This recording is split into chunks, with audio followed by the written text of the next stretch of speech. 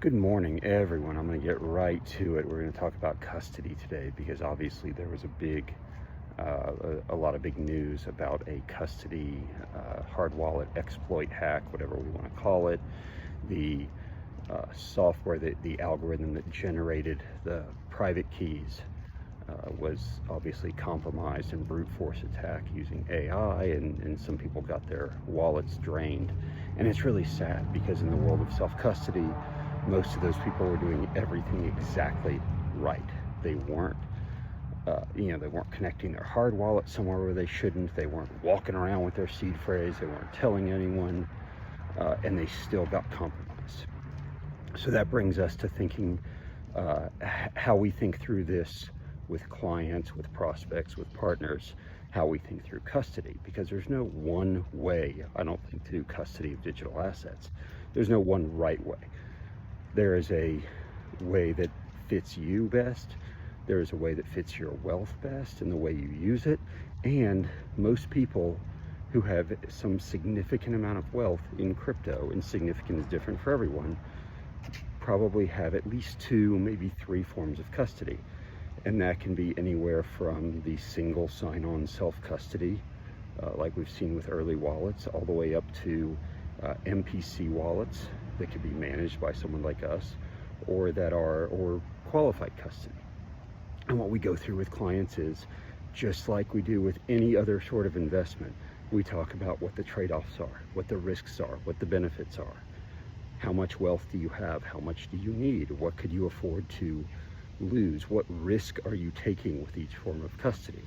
Of course, if you have single sign-on, single key self-custody, now we're seeing a whole new type of vulnerability that I don't think we really thought too much about before.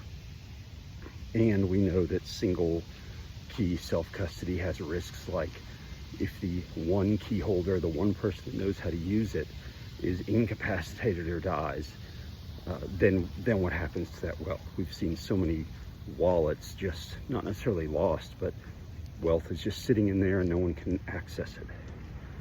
You could go to multisig, you could go to MPC, go to qualified custody, and now you're back to putting your money in essentially a bank and asking for the bank to take care of the security and the trust. But in that case, with qualified custody, those custodians usually have insurance, and they usually have very robust security procedures.